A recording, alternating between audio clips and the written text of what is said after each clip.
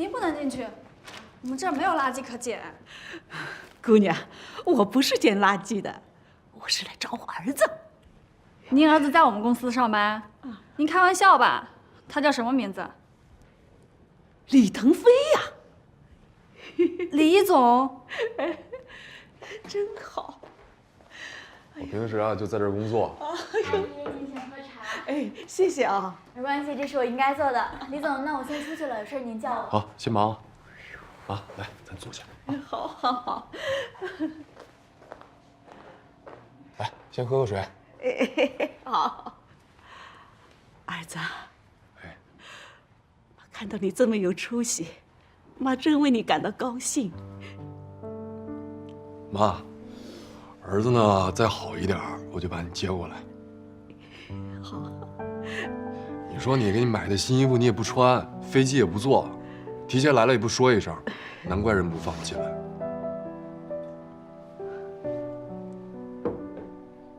儿子，妈是不是给你丢人了？哎呀，说什么呢？妈苦日子过惯了，你寄给妈的那些新衣服、新玩意儿，一是妈不会用，二是妈也舍不得穿呀。再说了，出门在外穿这么好，不是遭贼惦记吗？妈，这个衣服脏了咱可以洗，旧了咱就换新的，东西坏了呢，咱就修，过时了那就给它淘汰，好吧？或者是给那些需要的人。我可就您一个妈呀，你干嘛这么省啊？你说儿子在外边这么辛苦的打拼，不是希望您能过得好一点吗？儿子，妈知道你懂事、孝顺，妈没有白疼你。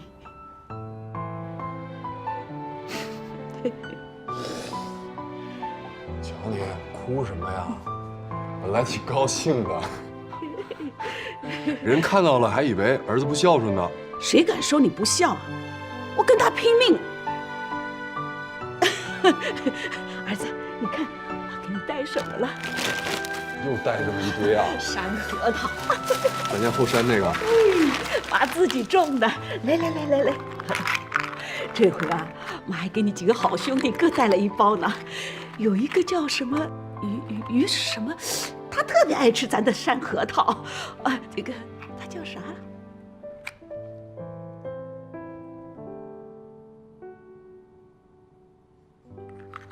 于鹏岳。哦，对，哎呀，瞧我这记性，于鹏岳，妈可想他们了，啥时候啊带我去见见他们啊？哦，吃啊，有，还有。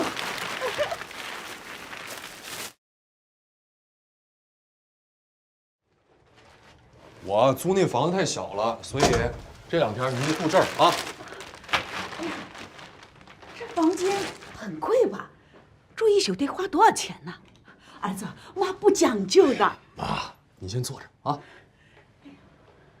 咱不想省钱那事儿，儿子有钱，你就踏踏实实的住下来啊。明天呢，我带你出去转2圈，咱来一趟不也得体验一下大城市的生活吗？对吧？对。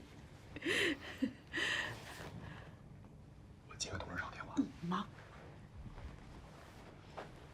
喂，陈老。哦，去上海啊？啊，好，我知道了。哎，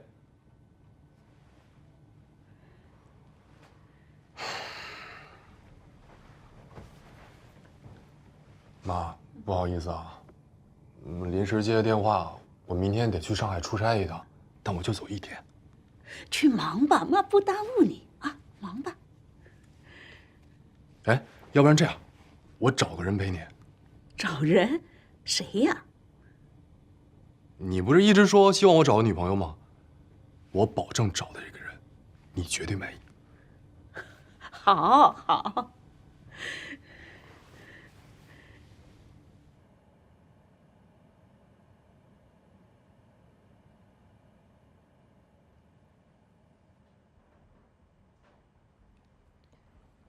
喂，喂，小雨。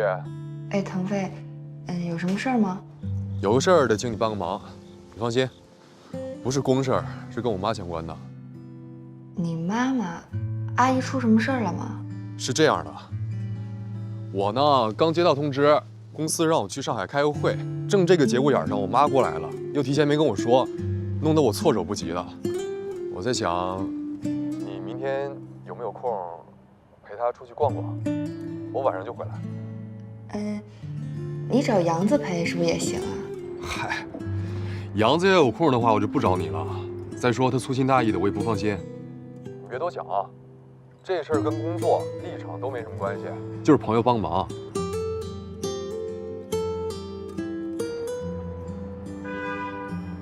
哎，于鹏岳不会连这事儿有关吧？那行吧。那行，谢谢啊，我马上把我妈联系方式发你。哎，好嘞。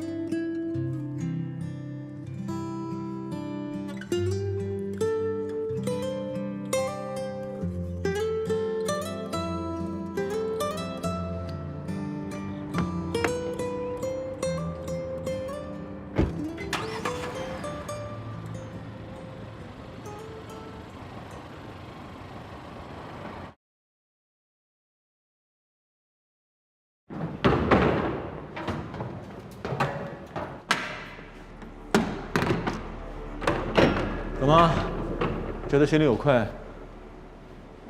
不好意思在这住了。不好意思，你想多了。我所做的一切都是为了生存，为了我妈，所以没什么愧疚的。叶知秋有一句话评价你，说你就是个伪君子。但凡有一点能为自己开脱的余地，就想方设法让自己心安理得。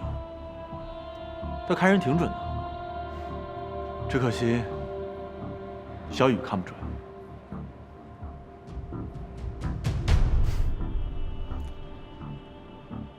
我妈来看我了，但是呢，我今天临时去上海出趟差，没办法，就只好让小雨替我照顾小姑了。她答应了，所以这2天你可能就见不到小雨了。你又搞什么花样？搞什么花样？见个家长而已。你放心，他们俩一定会相处的很好的。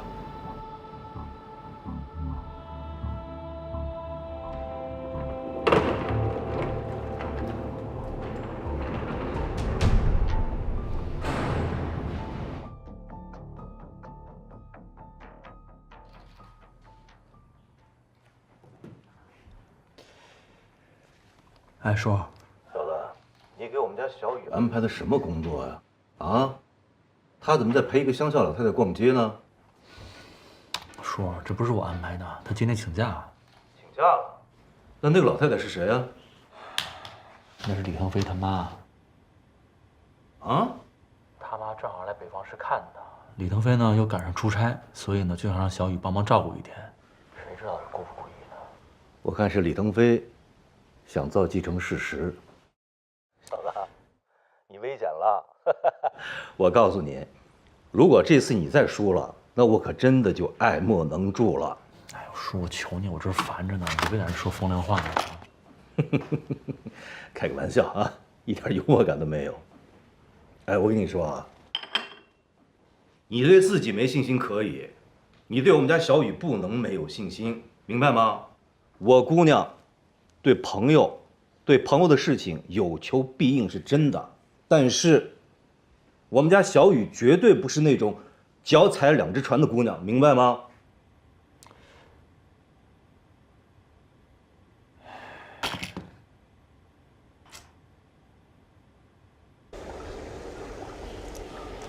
妈，哎，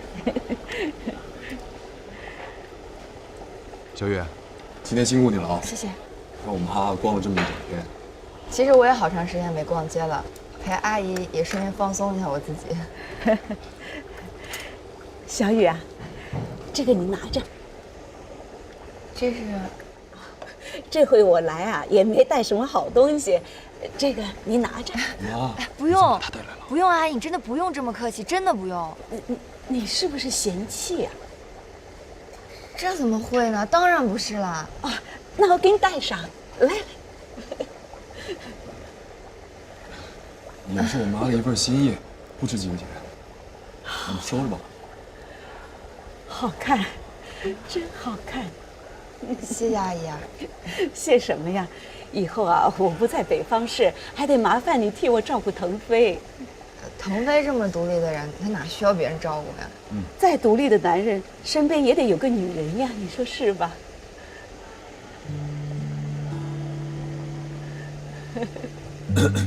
妈，吃饭。哎，腾飞啊，你啥时候带我去看看你的好朋友于鹏岳呀？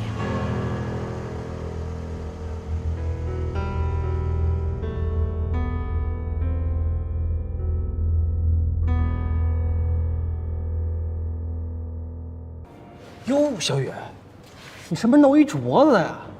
这一看就是一老物件嘿。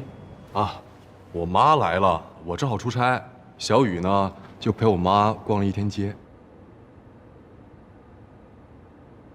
我妈心里特过意不去，就送了一礼物。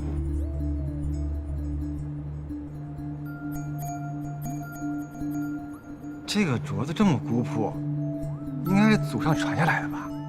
这一看就是祖上传下来的呀，那还用说吗？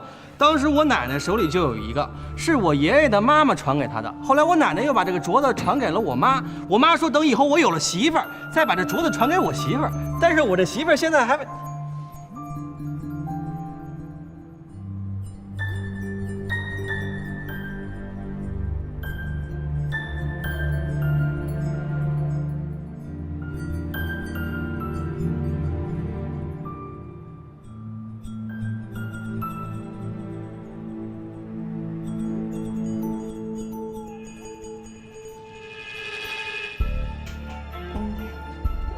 腾飞，不好意思，我不知道这个镯子它这么贵重，你帮我还给阿姨吧。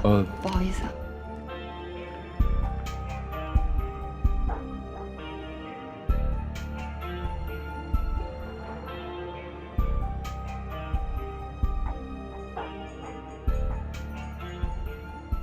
走吧，太君。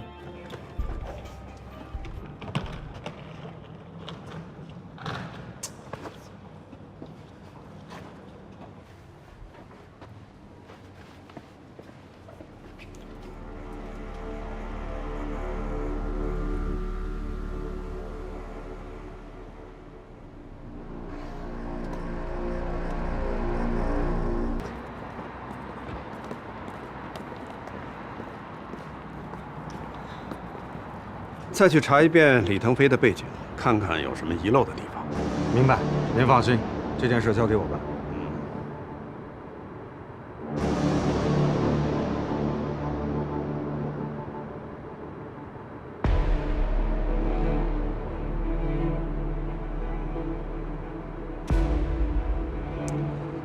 志秋啊，日久见人心，我希望你是一个有心之人。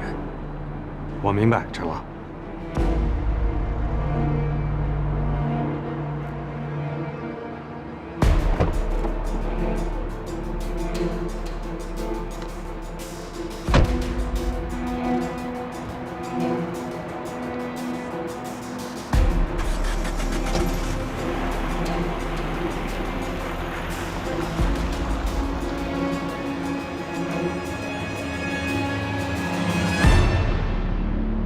腾飞啊，哎，妈，腾飞，你怎么来了？怎么了这是？啊，来，坐下，坐下。是不是哪儿不舒服啊？啊？没有，就是有点想家了。我出来好几个月了，是不是给你添麻烦了？你到你自己儿子这儿麻烦什么麻烦？我求之不得了，每天就盼着您来看我。可是，我总来公司找你，你们领导对你没意见啊？放心吧，不会的。来，喝水。儿子，刚才我在楼下看到你们公司的叶副总送一个老板模样的人，我听到他们在说你。啊，说什么？说什么我也没听清楚，但是感觉很严肃的样子。啊，没什么。最近呢，公司有点麻烦事儿，大家都挺着急的。你放心啊。那叶总送的那个人是干什么的？那是我们董事长。董事长，他叫什么名字啊？陈护生。妈，你这怎么了？是不是哪儿不舒服啊？没有没有，刚才没有，妈就是想回老家了。要不我带您去趟医院检查一下啊？不用不用，妈身体好着，在老家还可以爬树打核桃呢。没事，妈真的没事，就是想回家了。这怎么突然间就想家了？我出来好几个月了，想回家了。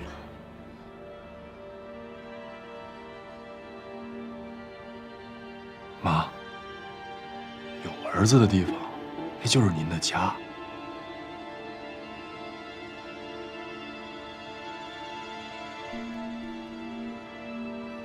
儿子，这不一样的。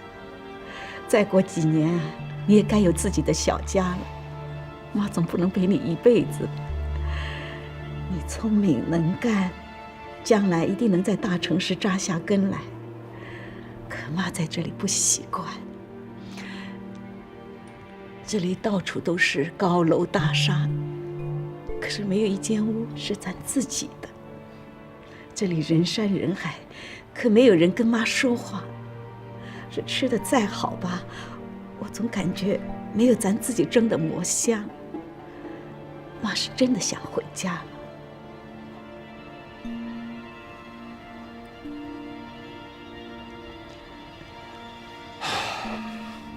行，想家咱就回去，待够了再回来，好吗？好。妈，你打算哪天走？我去送你。我想明天就走。这么急？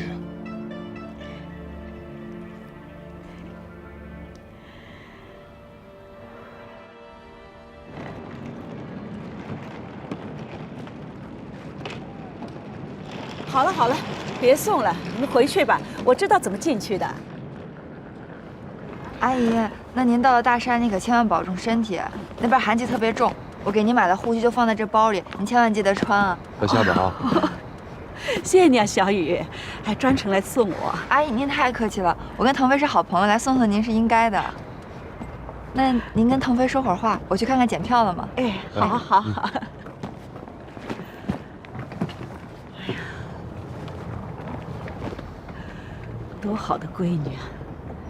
也不知道谁家的孩子能有这个福气。包给我，歇会儿。腾飞啊，妈心里还是不踏实。那个姓叶的副总见了你呢，总是跟你称兄道弟的，可是我感觉他背地里没有把你当朋友，还和老板嘀嘀咕咕的。要不，你别在这里上班了，换一家公司行吗？妈，现在本来找工作就难，找一个自己喜欢的就更难了。你放心啊，我心里有数。还有，你跟你的好朋友于鹏月是不是闹矛盾了？谁跟你说的？那还用说吗？以前你一提到他，就眉飞色舞的说个没完，把他当作亲兄弟一样。可是我这回来，你没有主动跟我提起他，也没有带我去见他呀。哎呀，最近大家都忙嘛。再忙也不能丢了情分呀，是吧？他可是你大学里的真朋友，不像现在公司里认识的那些人，那不一样的。妈，你放心，你儿子不是无情无义之人。妈知知道你不会做对不起朋友的事儿，你们之间肯定有什么误会。你是个男子汉，就该承担起责任来。就算之前做错了什么也不要紧，认个错没有什么大不了的。听妈的话，跟你的朋友聊一聊，把你的真朋友找回来。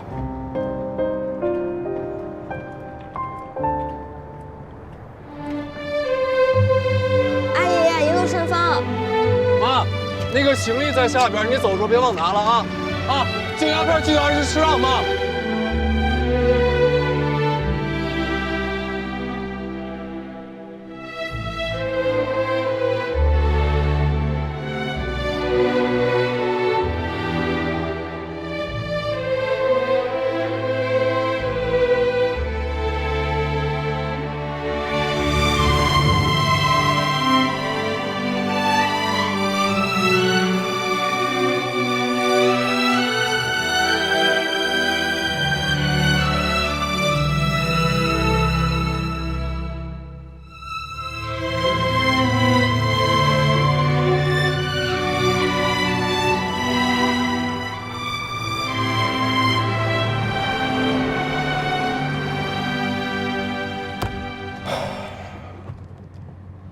还是没能留住我妈，又让她自己一个人回去了。她有自己的想法，做儿女的还是顺着老人家的心意来吧。我这么一想啊，我们这些北漂啊，真是挺可怕的。怎么可怕的？你想啊，每个北漂，不是把年迈的父母丢在老家里，一年到头回家的次数，比候鸟迁徙还少。有媒体曾经统计过，如果是一个25岁的北漂，一年回家1次的频率来计算的话，那这辈子还能见到父母的时间，也就剩1个月了。这么一想啊，我们这北漂心真狠。要是家乡能有更好的发展机会，谁愿意背井离乡呀？大家也都是身不由己。好在现在网络发达了，想念家人就可以打个电话视频一下，总比之前3年5载的都掉无音信的强。一根网线哪能承载得起亲情的缺失啊？还能有什么办法呀？总不能隔3差5的就买机票、火车票往家赶吧？就算有那个钱，也没有那个时间呀。家家有本难念的经，北漂的经最难念。是啊，一方面呢，还是想拼一把，努力。但是又不舍得大城市的机会和事业。另一方面，受限于大城市的高昂生活成本，没法把他们接来啊。这么一想，我们当年要做的那个虚拟办公室项目，还真挺有需求的。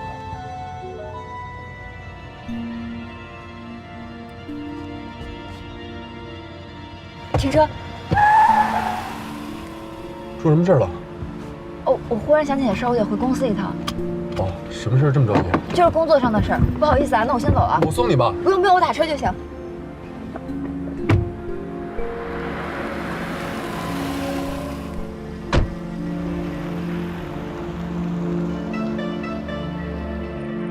你再跟我多说一点关于李腾飞的事儿呗。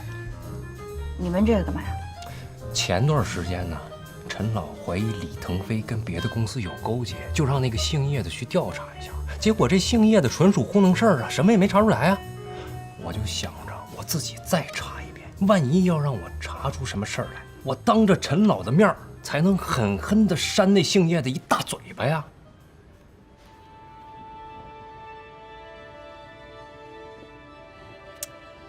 看在你这么对付叶知秋的份上，行吧？你想问什么呀？你说什么？李腾飞的老家不是晋东县，是绥安县呢？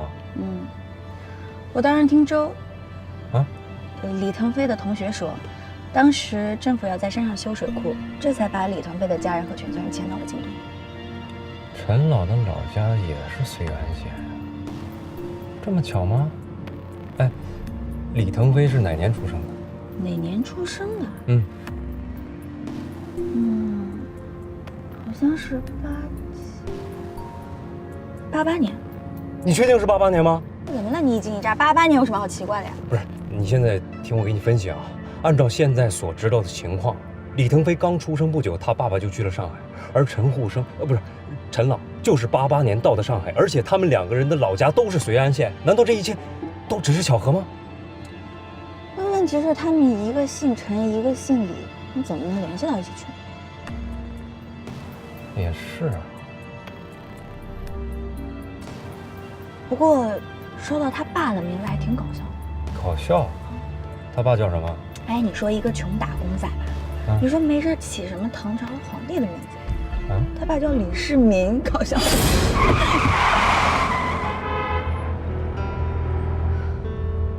你踩什么刹车啊？你吓死我你！陈老的原名叫陈世民，他改过名字这件事儿，只有我跟郭夫人知道，其他人根本就不知道。郭夫人高兴的时候还拿他这个名字开过玩笑。这有什么好奇怪的吗？那叫菲菲的还那么多呢。那李腾飞的妈妈叫什么名字？你知道吗？这我哪知道呀？不是，他在你们那儿上班，你查一下紧急联系人，不什么都知道了吗？哎，你往哪看呢？我要回家，你听见了没？我去哪儿？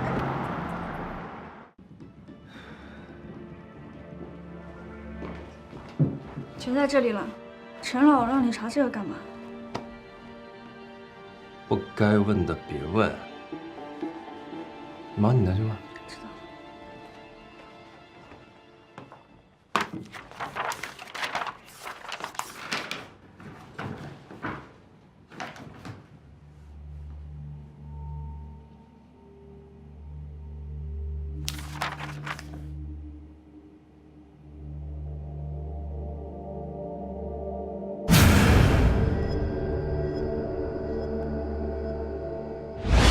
不管他干什么，你通通给我记录下来，随时跟我汇报。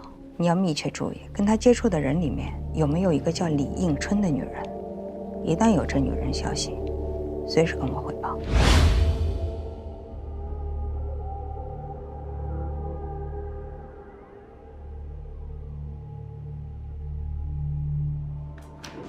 发什么呆呢你？出大事儿了！松开！出什么事儿？咱们俩又发财了。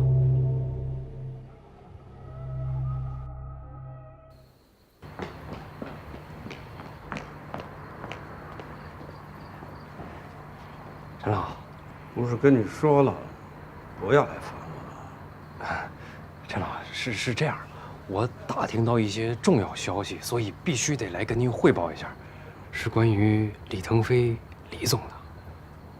你去打听他干什么呀？上次您吩咐叶知秋去查他的时候，我不是正好也在吗？那既然听到了，我肯定得给您帮忙，替您分忧嘛。你倒是挺积极的。打听到什么了？啊，我打听到咱们李总是单亲家庭，刚出生不久呢，他父亲就去外地打工了，后来死在了上海。那会儿他才不到3岁啊。这些我早就知道了，还用你来告诉我？我还打听到，咱们李总的老家不是晋东，而是绥安。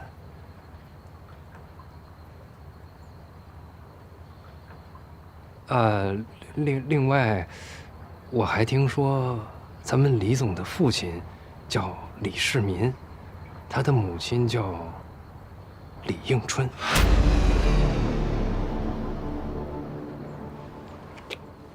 跟你说了不要来烦我，听不懂我的话吗？赶紧给我滚！我滚！你别生气，我。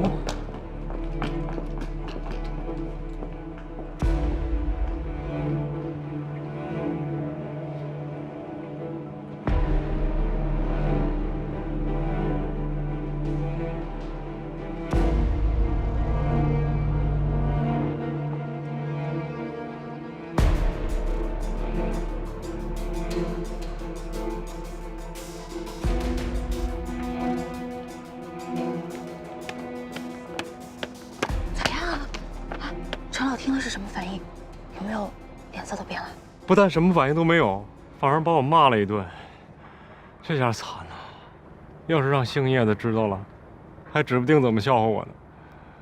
你说他听了之后什么反应都没有，还骂你了？啊，他让我滚，从来没见他发这么大的火。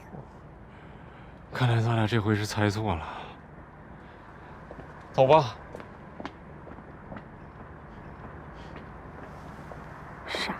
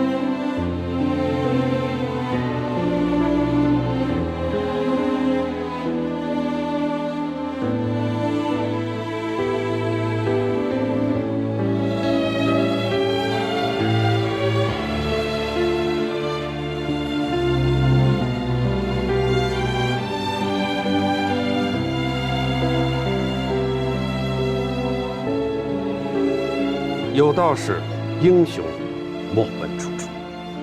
你很有意思，也很有潜力，坐怀不乱，临危还有机智。我果然没看错人。陈老，您过奖了。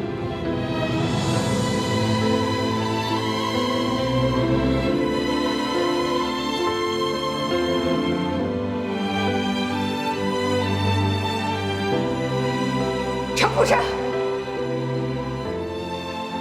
你居然背着我给这个女人写信！程福生，很好啊，你忘了当初是谁救了你？是谁力排众议，让你做了我的丈夫？是谁帮你创办了玉兰集团？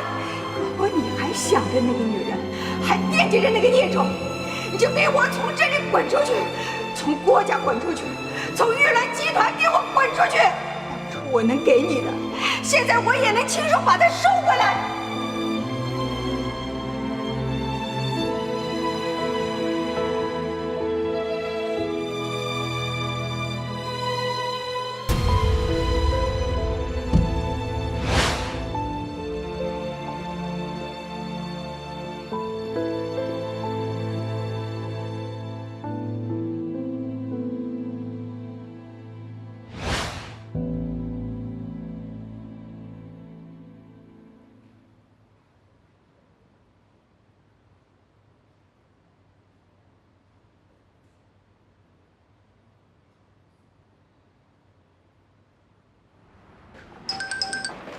喂，妈，你怎么这么晚了还打电话？腾飞吗？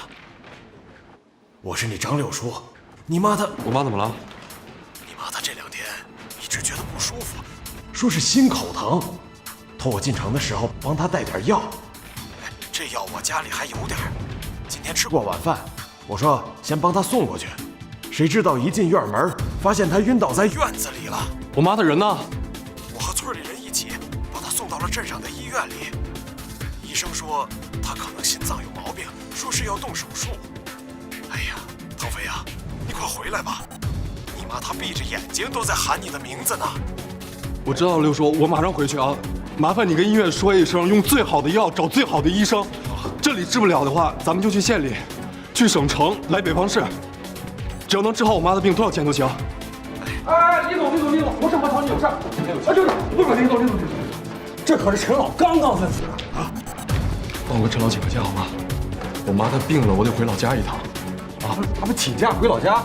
不是，那这边工作怎么办？现在正是要紧的时候，你这不是辜负陈老对你的信任吗？这儿工作没我也能进行，但我妈我只有一个。哎。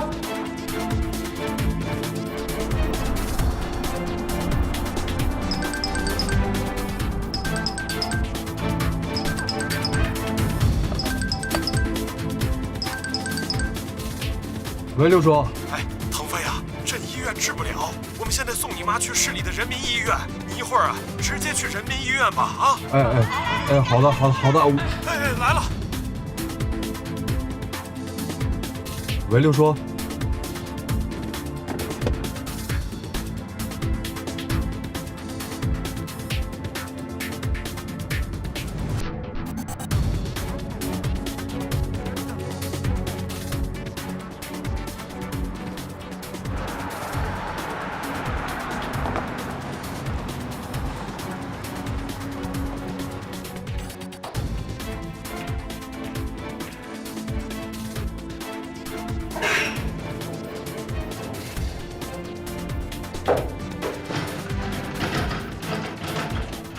医生，他怎么样啊？目前来看，已经基本稳定了，不过还要再观察一段时间。哎，对了，他的家属还没到吗？应该快来了。哎呀，我给他打电话，他手机关机了。刘叔，刘叔，哎呀，你可来了，妈。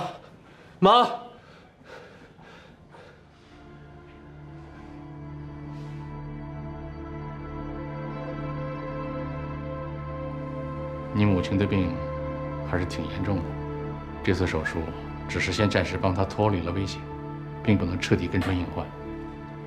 要想好起来，还要尽快进行第2次手术。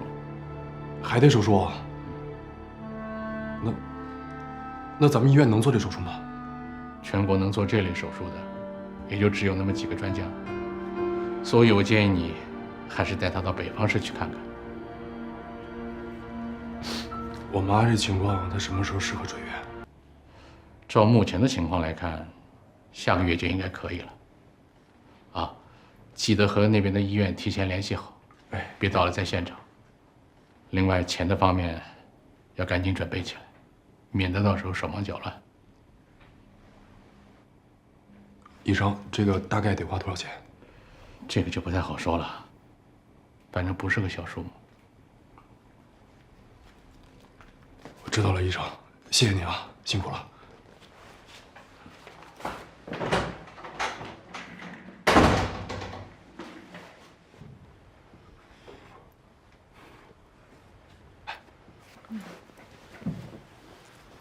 慢点啊，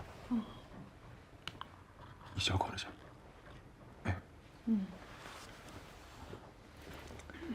医生说了，你没什么大事儿，但是最好呢还是去大城市医院检查检查，等您稍微好一点了，咱就回去，啊？你瞧，上次不让您回去，对了吧？妈没事儿，有你六叔在这儿就行了。什么没事儿啊？您都晕倒了还没事儿呢？注意点儿。你这么忙，赶紧回去吧。放心吧，公司那边我都请好假了，没事的。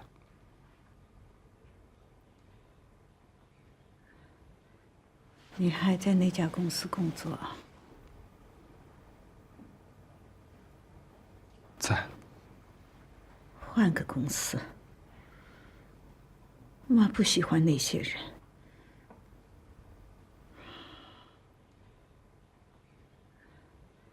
好。六叔，这个治疗费和住院费我已经都交过了。这趟出来的着急，没来得及取太多现金。这些你先拿着给我妈备用，要是不够的话，我再去取。哎，别急，钱不够，我和大伙儿先帮你垫上啊。谢谢你啊，大家。我马上还得再回去一趟，一来是给我妈找一个后续治疗的医院，二来是回公司请个假。我妈这儿可能还得拜托你再照顾几天。放心吧，你妈我们会照顾她。谢谢六叔。那我先回去，有什么事给我打电话啊。好的。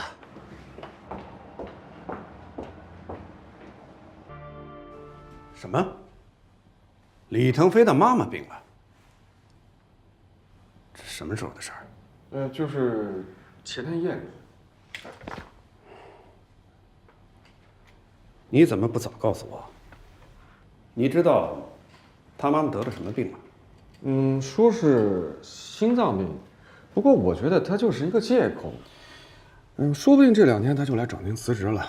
不光是他，杨新伟那小子已经辞职了。您说这不是明摆着，他们和于鹏岳是一伙的吗？陈老，李总来了。但是您瞧瞧，说曹操曹操到，让他进来吧。是，李总，有什么你就直说了吧。陈老，你是不是也想要辞职？辞职？谁说我要辞职？杨新伟都辞职了，你不辞职吗？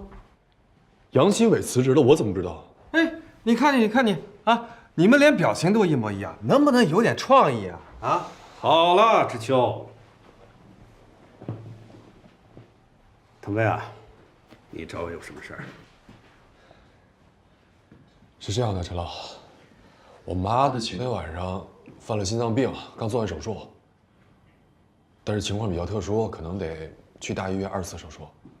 我们家里没其他亲人，所以就只能我自己去照顾一下。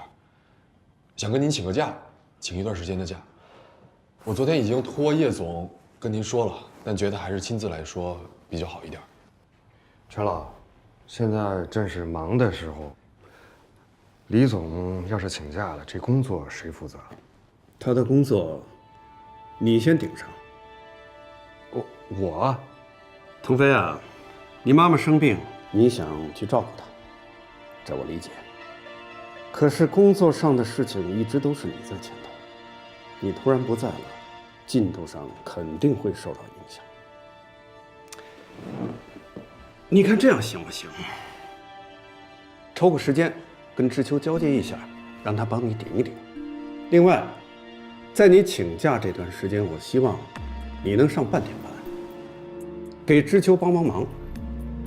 至于你妈妈那里，可以先找一个护工，费用公司来出。你看，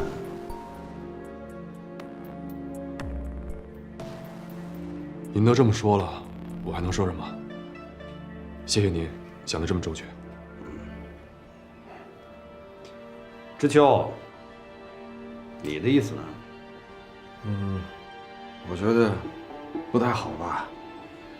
我一个副总主持工作，让总经理给我帮忙，这个是不是有点太那个了？我怕影响不好。再说了，要是真有事儿，李总又不在，我是该拿主意呢，还是接着找李总？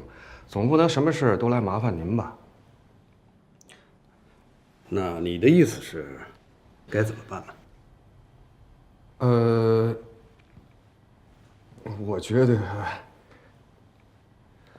我觉得能不能把我和李总的位置暂时的稍微的调整一下，这样，要不然工作起来名不正言不顺的，不好。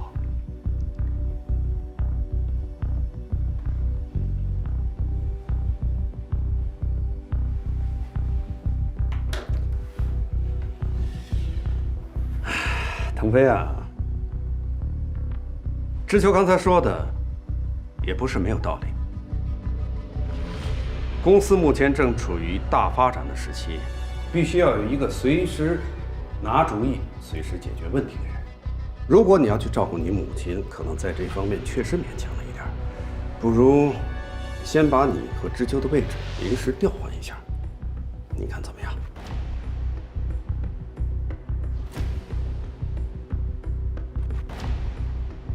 我服从公司的决定。好。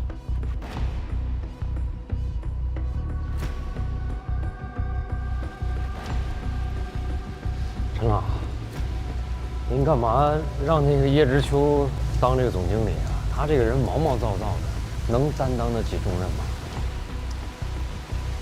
用人就像下棋。每一枚棋子都有它自己的用处，叶知秋就是我马上要用的。这一步走出来，将是我扭转乾坤的一步大招。可是李总也算是劳苦功高，您就这么把他放弃了？为了保帅，连车都可以丢。这一局我整整筹备了3年，一定要拿下来。就算是我亲儿子挡了我的路，我也绝不会手软。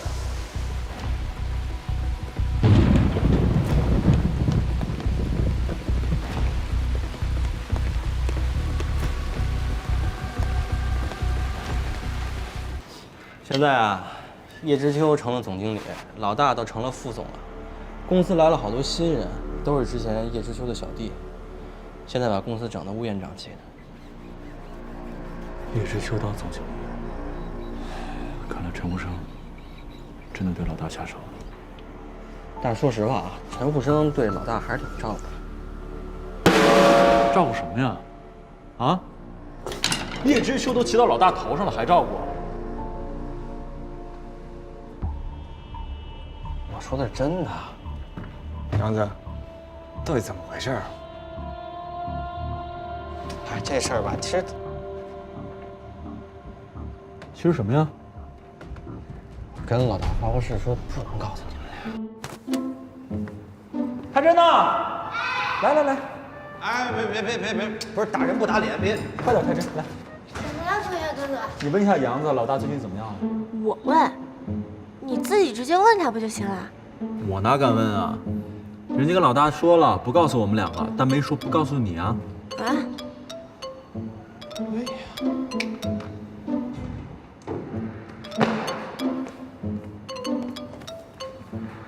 太真呐，老大他妈病了。妈生病了？什么病？心脏病，还挺严重，好像得住院做手术。老大去跟陈武生请假的时候，陈武生不但给了假，还把医院护工检出了，但是条件只有一个，就是让他跟叶知秋把工作岗位调换，这样能不耽误工作。太奇怪了，陈无生到底要干什么？不管陈无生干什么，咱们得帮老大呀。我知道，你又不是不了解老大，你这个时候帮他能接受吗？还得想别的办法。我可什么都没给你俩说啊，你俩什么也没听见啊。唐飞哥哥，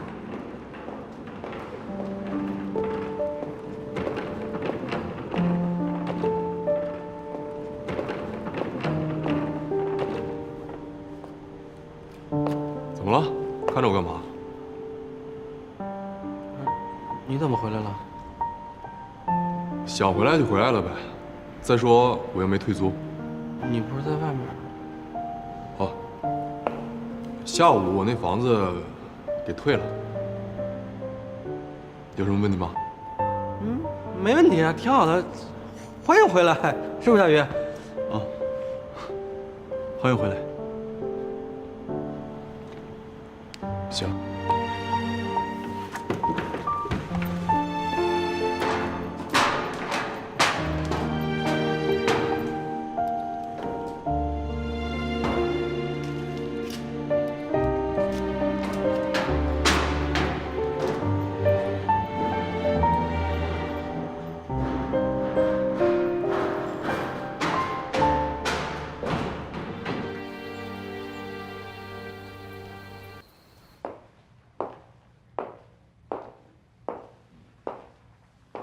妈，今天感觉好点没？好很多。都说你别老来看我，你一个大老总，工作这么忙，你老来看我，这不是耽误事儿吗？嗨，别听你妈的，她嘴上说不让你来，心里啊可着急呢。这太阳刚刚往西边去啊，她就开始叨叨了。哎呦，这几点了？这孩子怎么还不来？怎么还不来呀？我们这耳朵里都起茧子了。你不懂，他平时工作很忙的。这现在哪有老总自己干活的，都会安排下面人去干的。对，您儿子这么年轻，就当上老总了，多有福气呀！什么福气啊？还不是靠他自己一点点干出来的。我这个当妈的啥都给不了他，就教会了他能吃苦守本分。这孩子有股韧劲儿，认准的事儿啊，一定要干到底。妈，您就别夸我了，啊？对对对，你好好劝劝你妈妈，可别再夸你了，要不然我们家这孩子啊，这都不能要了。哎呦，妈，怎么了？哎呦，妈，怕是心脏有问题，你还愣着干嘛？赶快去叫医生吧。不看一下我妈？好的，哎呀，不着急，不着急，医生马上就来，不着急。哎呀，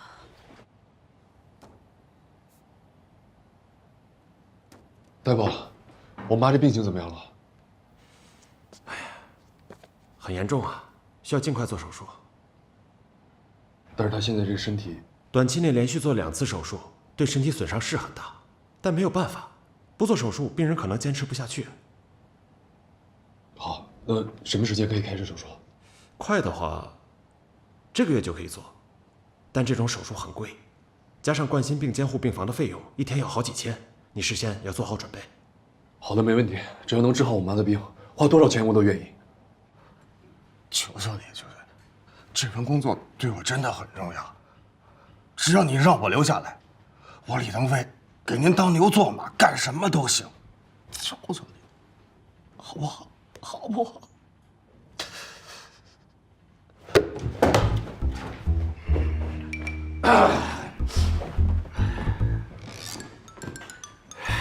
李腾飞呀，李腾飞，没想到你也有今天，啊！早知今日，你何必当初呢？处处跟我对着干，啊！行，看在往日的情分上，我就拉你一马，放你一条生路。谁让我心善呢？爽，爽！哎呀，你呀，不用客气了，李总老相识了，我自己进去就行了。哪成啊？我怕您自己找不到他。我都来过多少次了，怎么可能找不到？您是不知道，我们公司啊现在出了点调整啊，他换办公室了。李总是高升了？谈不上什么高升，反正您要谈业务，找我就对了。哎，李总，你怎么坐这儿呢？哦，王总，你怎么坐这儿呢？哦，最近调整办公缺，我就先搬到这儿来了。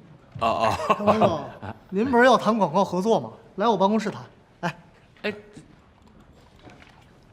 先忙先忙，走吧。这边。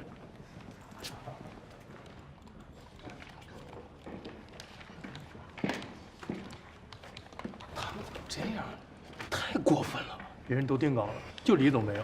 谁知道姓叶的又想什么鬼主意呢？李总也太可怜了。我觉得吧，这里边一定有问题。没想，要是李总真是受了委屈，以他的能力，干嘛不辞职呢？是啊，这要换了我啊，早就走了。所以说呀，这里边不一定有什么事儿呢。听说呀，他在任的时候坑了公司不少钱，但是叶总给他面子，没有赶他走，也没有报警，所以他现在才坐在这儿。真的假的呀？我说他怎么一直在这儿呢？原来是心里有鬼，成天摆出一副老板样，唬谁呀？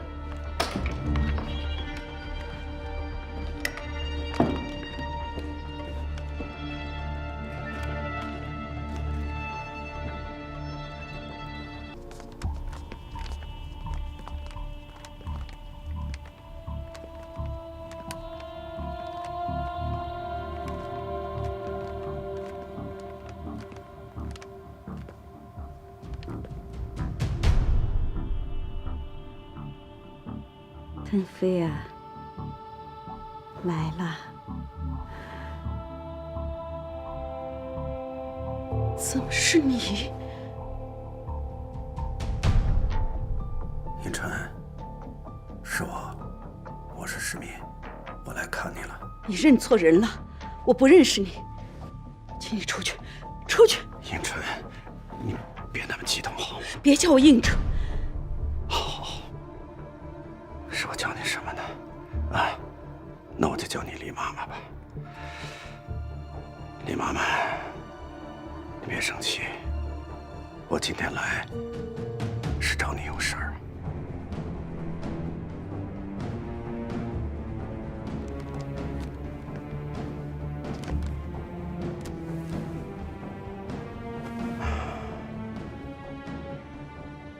虽然咱们离婚多年，可毕竟夫妻一场。你现在生病，说实话，我这心里真的很不是滋味。我一个乡下女人的病，用不着你这个玉兰集团的大老板担心。看来我的事你都知道。我在腾飞公司见到过你，这么多年过去了，没想到如今的大老板陈护生，就是当年那个面朝黄土背朝天的陈世民。是，我们都变了，你也老了许多。我知道，这些年你一定吃了不少苦吧？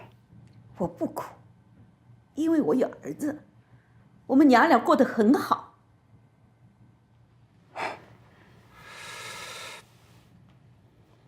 我知道你恨我，你告诉儿子说我死了，一个人死在外面了，甚至连尸首都引不回来。你还让他跟你姓李，甚至让他误以为他的亲生父亲也姓李。能把这一连串的谎言维持20多年，真的是难为你了。在我的心里，那个没有尽过半点父亲责任的陈世民已经死了，活着的是郭家的倒插门女婿，叫陈护生。迎春啊，不，李妈妈，你别激动，有什么话我们可以慢慢说。我们之间还有什么话可以说？走，走啊！你没话跟我说，可是我有话想跟你说，是关于我的儿子腾飞的。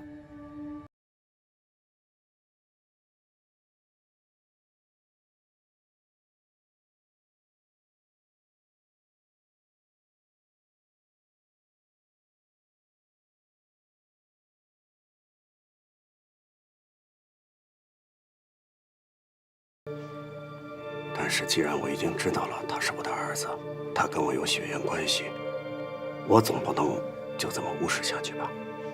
我准备用实际行动来弥补我过去犯下的错误，来找回我曾经失去的东西。你想怎么样？我警告你，不要打我儿子的主意。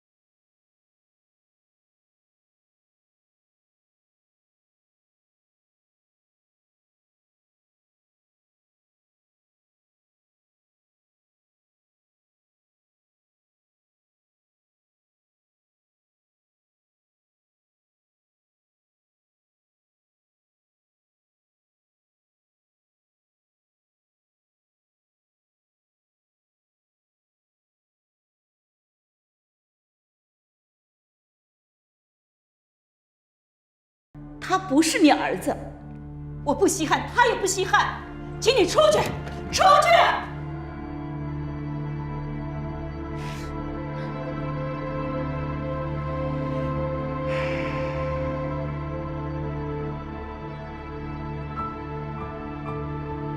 看时间，腾飞差不多该来看你了。什么意思啊？你还想见他？我现在就给他打电话。李迎春，别太自私了。就算你不为自己想，也得为腾飞想想吧。从小到大，除了贫穷，除了让人看不起，你还能给他什么？他的将来，你又能带给他什么？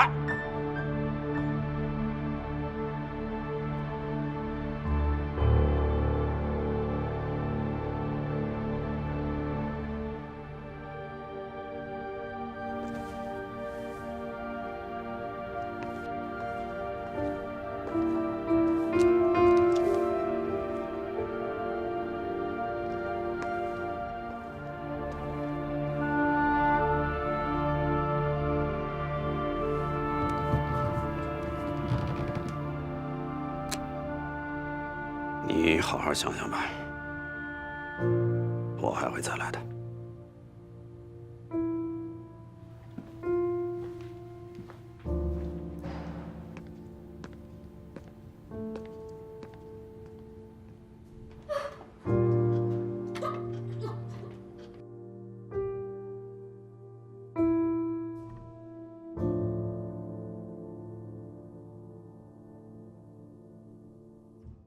那个没有尽过半点父亲责任的陈世民已经死了，活着的是郭家的倒插门女婿，叫陈护生，不是你儿子。我不在乎，腾飞也不在乎。从小到大，除了贫穷，除了让人看不起，你还能给他什么？腾飞，坚持住，马上就到了。出了这种事儿，我也是没有办法。我求求你了。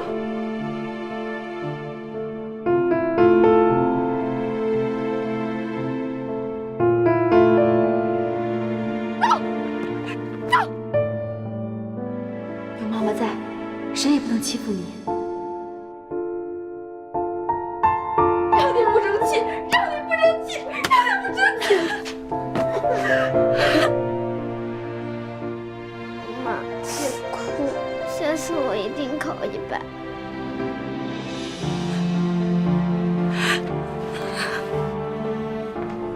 你看妈妈给你买什么好吃的了？哇，桃酥，妈妈你吃。你吃。你吃吗？妈妈不爱吃。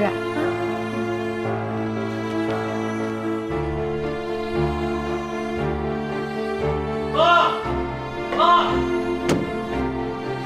我考上了，你看，北方清华大学。李腾飞，哎呦，儿子！妈，你辛苦了。儿子，你放心，学费我来想办法。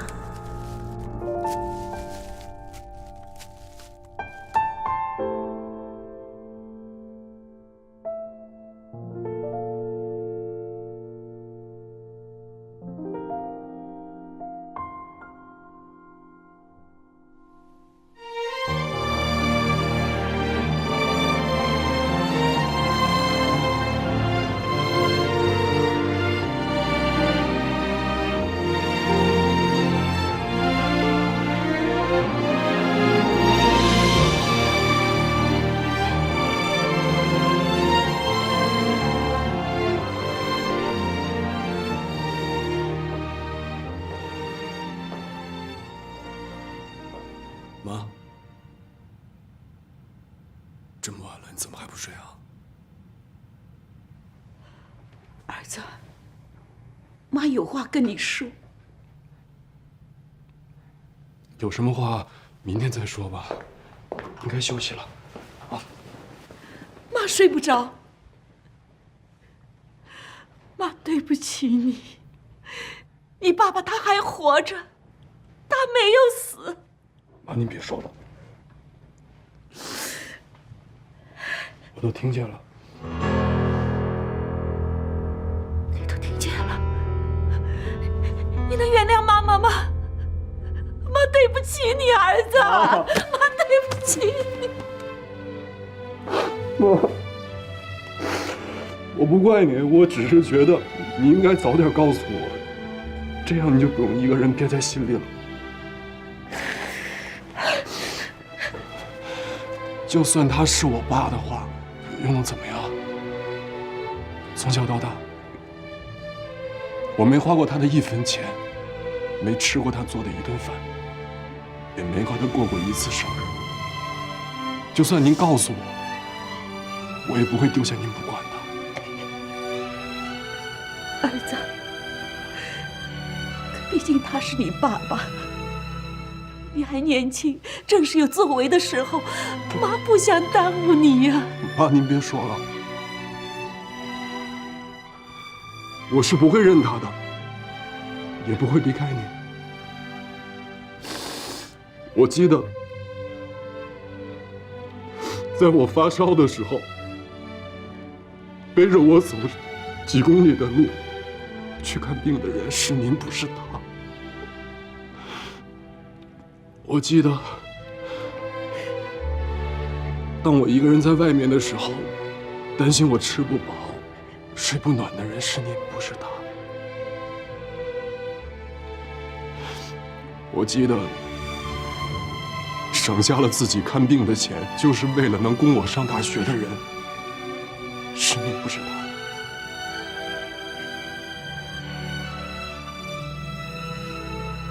妈，虽然我们穷，但是他的钱我们不要。儿子养您。儿子，我的好儿子。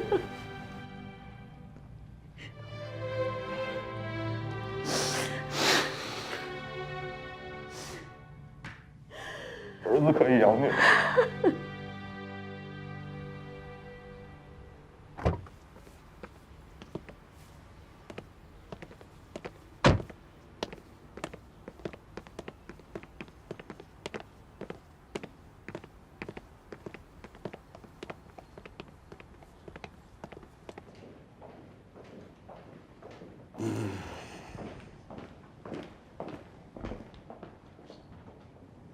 你怎么在这儿？怎么了？我不能在这儿啊？这房子用的好像还是我的名字吧？说什么呢？你提前打个招呼，我好让小蒋去接你呀。哟，那我怎么敢呢？小蒋可是你陈某人的御用之人，我怎么敢随便使唤呢？哎呀，夫人，你说什么呢？咱们是夫妻，为什么要分得那么清楚啊？是吗？真的不用分那么清楚？梅英，这好好的，你说你这又唱哪出啊？好好的，好好的，你去医院干嘛呀？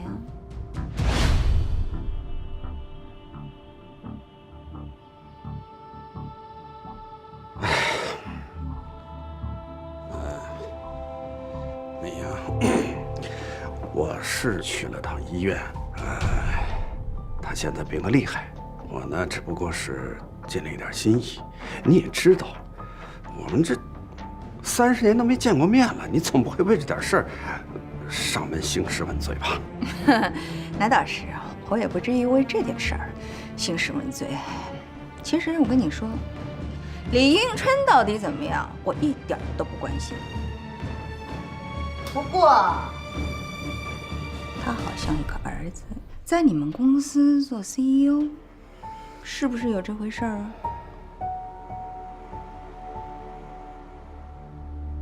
是，你说的是李腾飞，他以前是在公司里。那他人呢？我倒想见见他。他现在辞职了。辞职了？对。那为什么呀？这么好的工作，又有你这么一个大善人照顾着，干嘛辞职呀？难道是公司容不下他，还是今后整个玉兰集团的 CEO 也要姓李了？夫人，绝无此事。我呢也不瞒你，这件事儿我也是刚知道的，我正在考虑怎么跟你说。说多了吧，怕你担心；说少了吧，我又怕你不放心。今天你来了，那就把这件事情说透。我发誓，我陈虎生早就不是原来的那个陈世民了，跟李迎春和李腾飞绝无半点关系。哦，这么说，你还真舍得你那个亲生儿子？这有什么舍不得的？哼，是我是他的亲生父亲，可是我们之间没有感情啊，一点都没有。我就觉得人和人之间是讲感情的，不只是讲血缘。再说了，这个李腾飞到底是不是我的亲儿子，现在也不好说，是不是？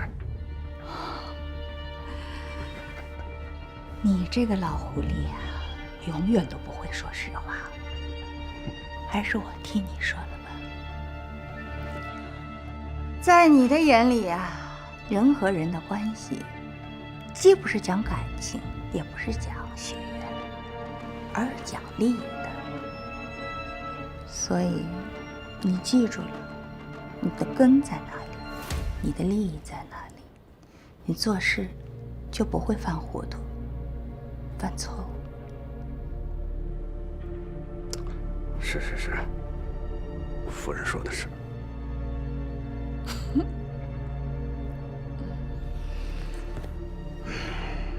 怎么样？这回你都听清楚了吧？听清楚就出来吧。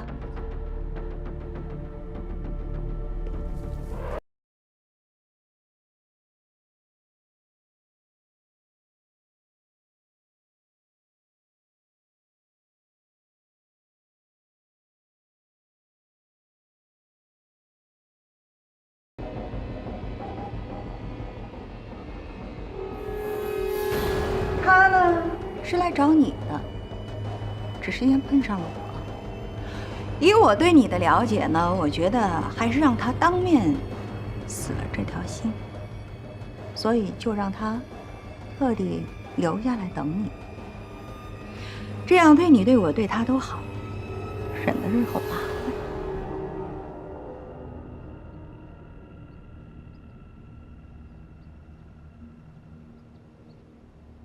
您可能是误会了，我来找陈老，就是还样东西。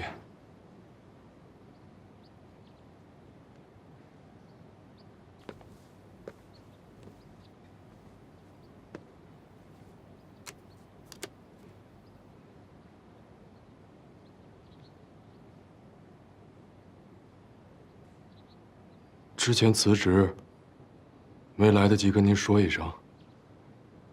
实在抱歉，陈老。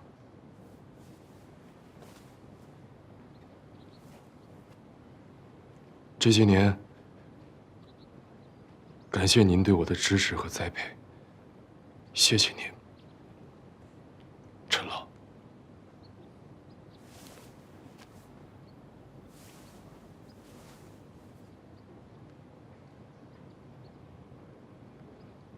不管怎样。您能去看我母亲，还是感谢您，陈老。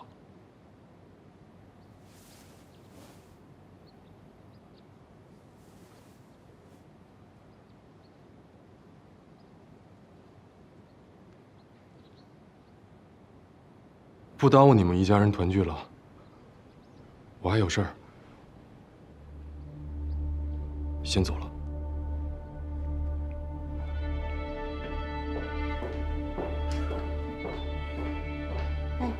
人还没死就对你3鞠躬，这分明是对你的遗体在告别呀！我也是啊，在他妈妈的说法里，你早已经是死人了。郭美英，你太过分了。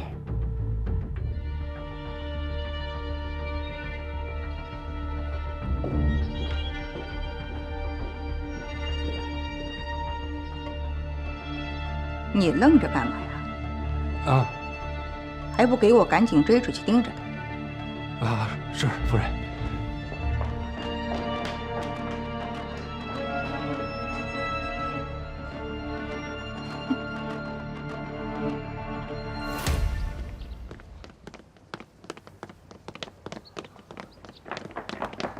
陈老，您慢点，夫人让我。吃里扒外的东西。陈老。您错怪我了，真不是我告的密啊！您借我10个胆子，我也不敢说呀。我再说了，知道这件事的人又不只是我一个人。菲菲，这个贱人，早晚我会收拾他。还有你，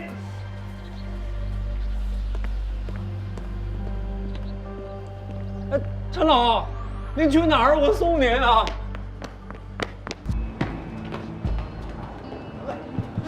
去，儿子，快！儿子，来，这爸爸，来，过来。我是他的亲生父亲，可是我们之间没有感情啊，一点都没有。人和人之间是讲感情的。这个李腾飞到底是不是我的亲儿子，现在也不好说。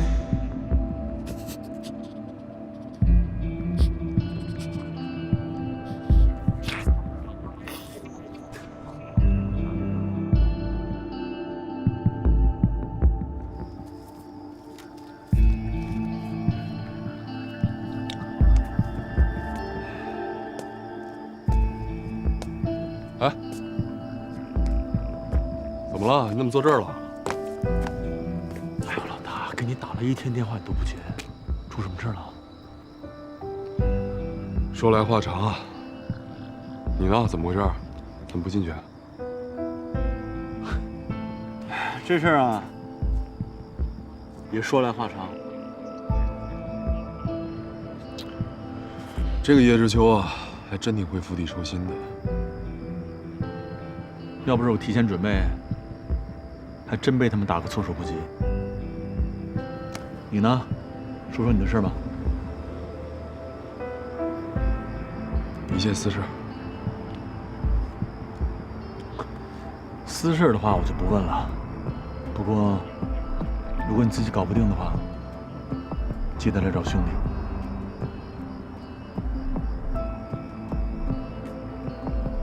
怎么？真不想知道？如果你不介意的话，我倒是想听听。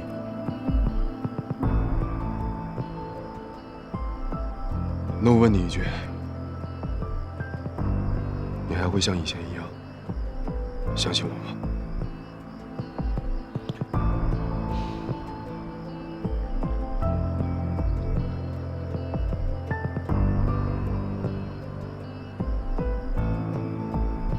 你说的这个大合同，靠谱吗？当然靠谱了，这是我们李总亲自介绍的。他观察了1个月，同时也谈了将近1个月，从昨天下午开会一直到凌晨2点多，双方都把合同细节全部确定下来了。您说靠谱不靠谱？李总，什么大客户啊？说出来给我们听一听，或许啊，我们都认识呢。啊？是西河国际的王总，就是他，太强了！他现在就在我公司的休息室里。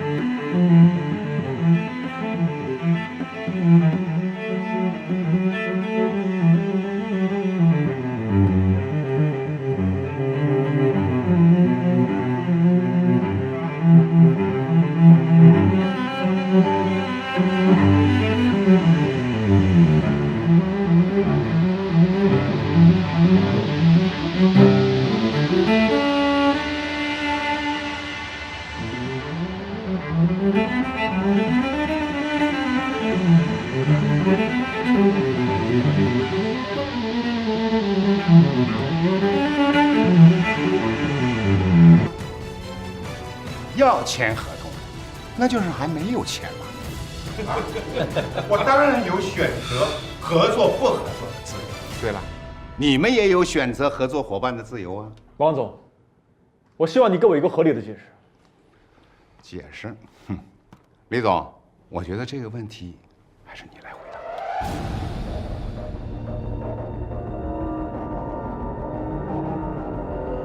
我没有什么好说的。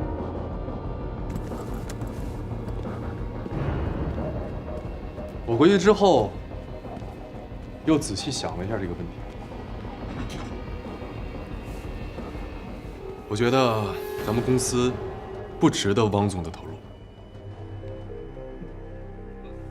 出于对汪总和资本的保护，我建议汪总和包总谈合作。老大，你，老大你没事吧？你到底站哪边的呀？他是哪边的，还用说吗？王总，请坐。李腾飞，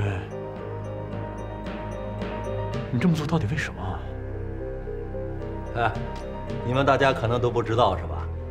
咱们李总可大有来头啊！他的亲生父亲就是业内大名鼎鼎的陈护生陈老啊！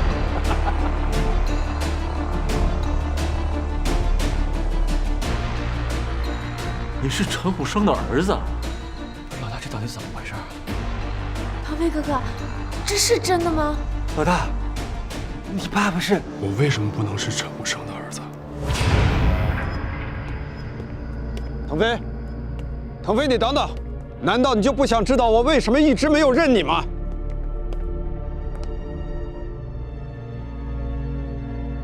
离开家的那一年，我已经30岁了。为了让我新出生的儿子别再像我一样，在穷山僻壤里挣扎，为了能让你的妈妈能过上好日子，我毅然决然地走出了大山。因为穷，没人看得起我。有一次生病，为了省一支几块钱的退烧针，我差点死在路上。也许是老天看着我太可怜了，我被一位富家千金给救了。在他的公司里，我第一次开阔了眼界，发现了自己的天赋，认识到自己的价值，从此便一发不可收拾。然后你就抛弃了我和我妈，成为了国家的女婿。是，腾飞啊，我知道你还在恨我，恨我当年无情无义地抛弃了你们母子，恨我这些年来隐姓埋名对你们不闻不问，恨我即使知道你是我的儿子，也不敢相认，还说出了那么绝情的话。可是爸爸真的是有自己的苦衷啊。倒插门入主郭家，如果我不从的话，他就要去告我，让我在监狱里待上一辈子。想到你和你妈妈还在等我回去，我只好先敷衍着，先答应了他。我来到这里，就是为了避开他，摆脱他对我的监视，也是为了寻找你们母子，寻找我的亲生骨肉。为了防止郭美英疑神疑鬼，整整20年，我都不敢轻举妄动。20年呀，我多想抱抱我的儿子。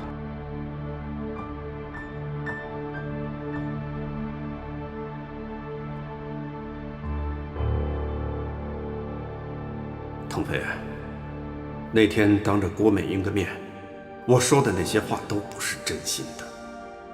他这个人嫉妒心一起，什么事都做得出来。我不想看着你跟他发生冲突，我不想你被他害。就算你不为自己想，也要为你妈想想吧。如今，我已经在这里另起楼灶，有了一块真正属于自己的地盘。腾飞，我需要你来帮我好好的经营它，壮大它。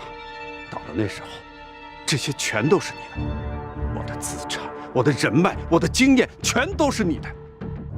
你是我唯一的儿子。现在，你要学会放弃，不能让任何人阻挡我们父子，包括那个于鹏岳。在利益面前，人心叵测，更何况他姓于，你姓陈。别忘了，你的身上流的是我陈世民的血啊！腾飞，只要我们父子联手，没人会成为我们的对手。你是个理智的人，我相信你，我相信你知道该怎么做。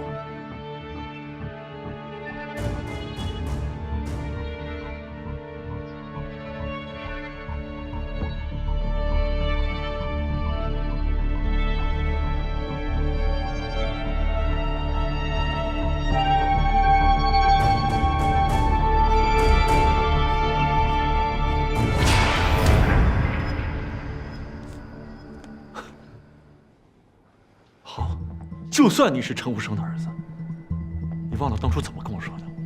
我们是兄弟，我们要一起把失去的东西夺回来。李凤月，你太天真了。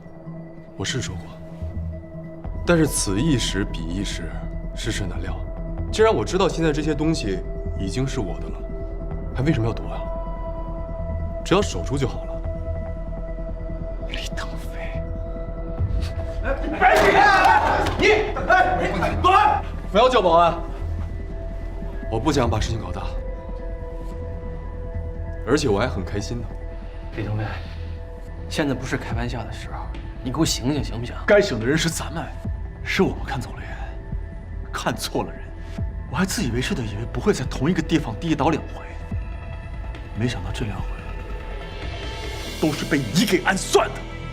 李腾飞，真够狠！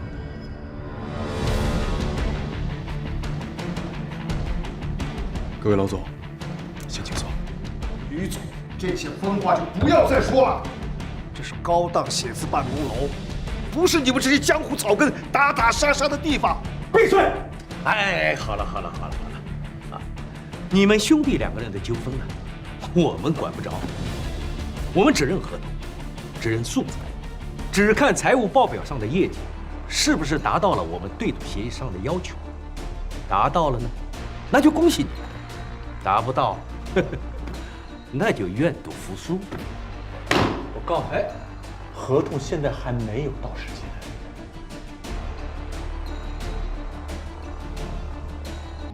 既然我是这个公司的董事长，我们又在开股东会，那么我的第一个决定是，请你出去。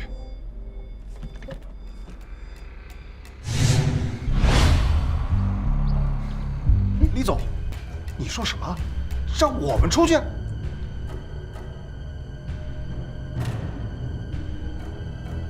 怎么？我没说清楚吗？那我再重复一遍啊，请你们3位出去。这是我们的地方，凭什么让我们出去啊？你们3位刚才不是已经把股权转让给李总了吗？我们现在在开股东大会，既然你们不是股东，当然有必要回避一下。不过你们放心，今天的场地费我们来出。李腾飞，你臭小子搞什么？陈老在这之前不是这么说的。别喊，陈老怎么跟你说的，我怎么会知道？再说我也没兴趣知道。这李腾飞，李同学，好啊，很好。有什么话你跟我说呀？不是你们到底要找谁啊？谁是陈武生？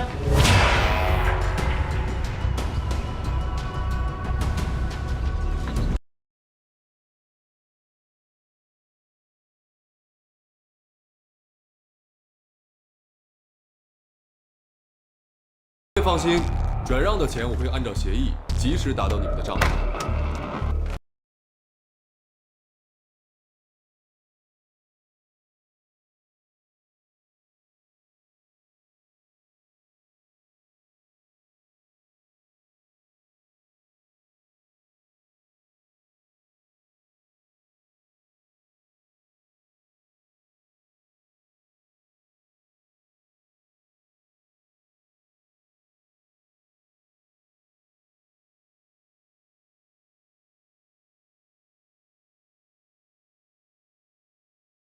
陈武生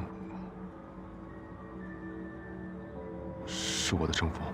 老大，你没跟我开玩笑吧？那今后的账怎么打？该怎么打怎么打。那是你爸，但他不配做我的父亲。接下来你怎么打算？总之我是不会认他的，而且他对于我们公司会想办法置于死地，甚至不惜利用我和他的血亲关系。以他的人品和做事风格，他能干出来这种事？难道你就不想知道我为什么一直没有认你吗？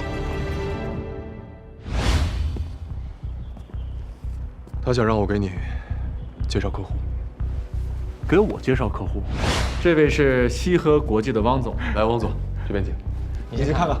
在关键时刻，由我配合这个客户临阵倒戈，给你带来一个釜底抽薪。你怎么说？答应了，不交个投名状的话，怎么可能会套出他的底牌？他还有底牌？他这个人不到最后一刻是不会轻易亮出自己的底牌的。俗话说，将欲取之，必先予之。既然他愿意演戏的话，那咱们俩就陪他演一出苦肉计。我就知道你一定会来的。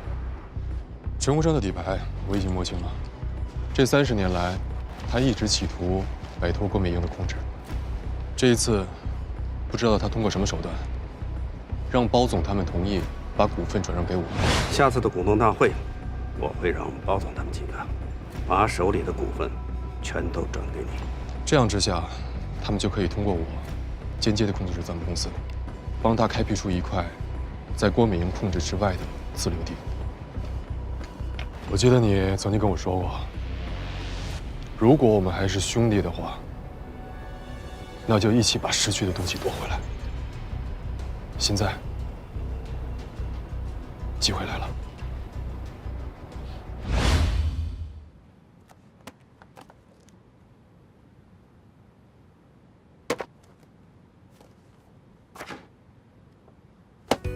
大鱼啊！你们俩，你说大鱼，你跟我说什么呀？你跟我说我是杀手锏，我什么杀手锏？你留手啊！什么意思？你吓死我了！我这里边保密的，知道吓死我了呢。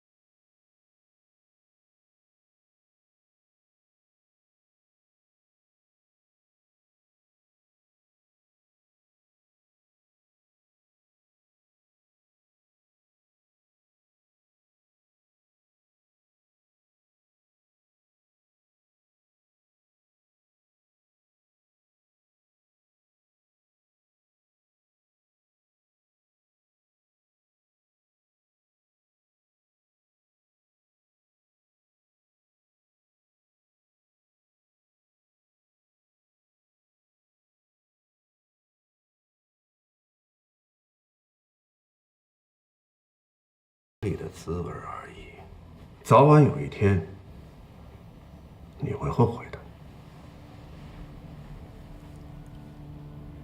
这可能就是我们的不同吧。对你来说，名利比任何东西都要重要。可是你有没有想过，你也有老的那一天。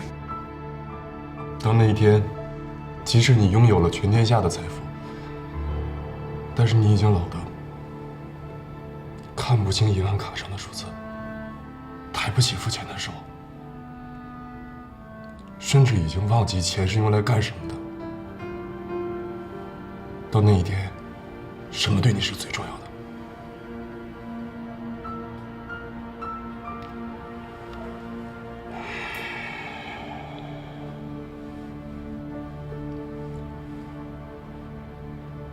你妈妈她怎么样了？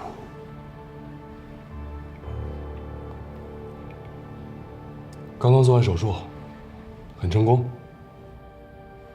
医生说，只要好好休养，就会好起来。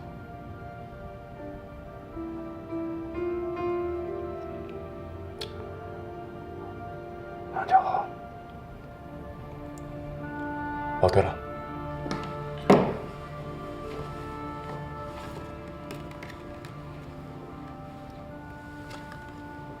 这张照片是我妈让我带给你的。可能你都忘了你原来的样子，但是我妈还记得。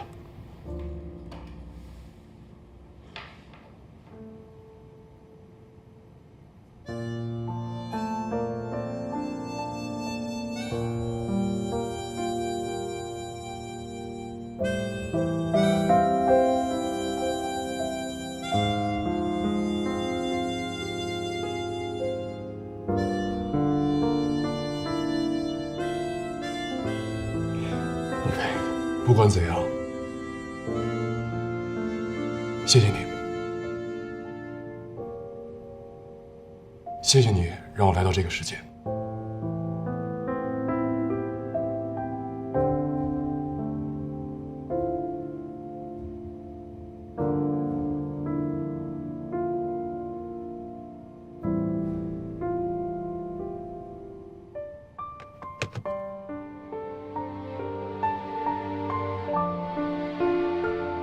小飞，